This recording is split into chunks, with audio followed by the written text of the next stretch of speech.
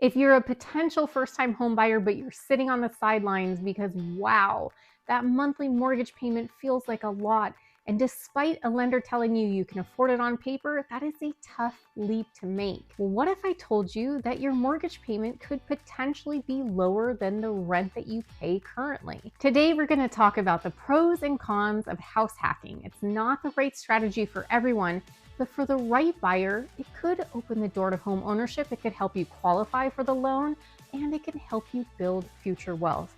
So let's explore whether this strategy might be right for you. Let's get started.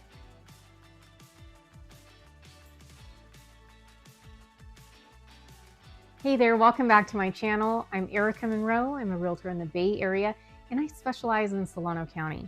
So what is house hacking? House hacking is when you buy a residence that you plan to live in, you rent out a portion of it to help offset your monthly expenses. Common examples of house hacking would be buying a duplex, living in one unit, renting out the other, using that rental income to help reduce your mortgage payment. House hacking can also be buying a triplex, a fourplex. It could be purchasing a house with an ADU, an accessory dwelling unit. These have become increasingly popular with new construction builders because they're identifying that future buyers may need an opportunity to earn additional income to make homeownership feel that much more affordable.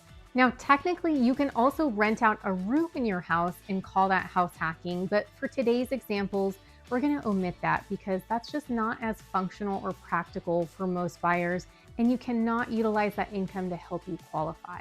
So the key point and pro number one is that you would purchase this house as a primary residence. That means that you would only have to put the minimum, so long as you qualify, but the minimum down payment that primary residence loans require. So for FHA, it's as little as 3.5% of the purchase price.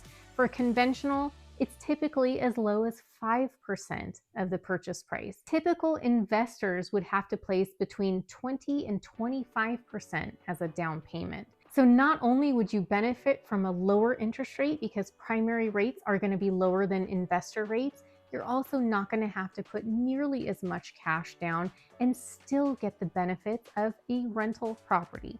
In addition to that, pro number two would be that you may be able to use the projected rent, the market rent for that unit to help you actually qualify to purchase the home, adding additional income to your profile. Now, don't assume that you can do so. Definitely check with your lender because different loan types have different requirements, and you may not be able to use the full rental amount. You may actually have to have a lease in place as well. So definitely do your homework. Don't make those assumptions, but there is a potential that that could help you qualify to purchase the home. Now, this does not have to be your primary residence indefinitely. Typically, a loan will state how long you have to reside in the home, and often it's just 12 months. You could potentially just live in that unit for 12 months, and if you had the ability, you could move out, turn it into a full income property. You still maintain that low interest rate. You'd be able to utilize that market rent potentially to help you buy another house. But this is why house hacking has become so popular. A lot of people just rinse and repeat this cycle so long as it makes sense financially. Pro number three, house hacking can have really great tax benefits. So typically with a primary residence, there are a bunch of things that you cannot write off. But with investment properties, generally you can write off a portion of your property taxes, your mortgage interest, any upkeep or repairs that you have to put into the home. Typically that will be a write-off to help offset your tax liability. Definitely check with a tax professional. I'm not giving you tax advice, just simply opening the door for you to explore, because if done properly, this could be substantial savings.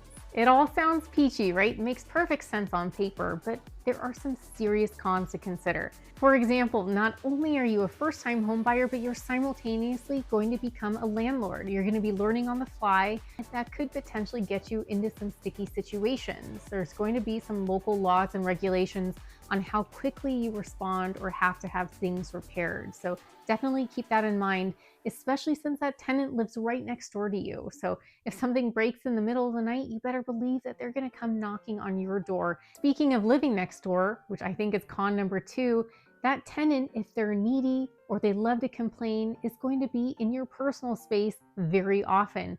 It's possible that you would also be sharing some common areas such as a backyard or a driveway. So definitely things to consider. It will limit your privacy as opposed to being a regular first-time home buyer. So again, it's not for everybody, but if you're really looking to grow your wealth or really just you need an opportunity to make homeownership a possibility, this could still be something to consider. Now, con number 3 is that tenant rights in certain states are very strong and landlord rights are very limited. So despite the fact that you own the property, you may not be able to get into it. You may not be able to evict a tenant that's not paying rent. You would still be responsible and liable for that mortgage in its entirety. It could cost you a lot of money to try to get a squatter out of your properties. Again, familiarize yourself with local laws and restrictions. This, in my opinion, could be the deal-breaking con that you would really have to consider. Hire a property manager to help you vet a tenant if you don't know them personally, because there may be some folks that are looking to take advantage of a novice landlord. So now that you know the basic pros and cons of house hacking, is this a strategy that is right for you?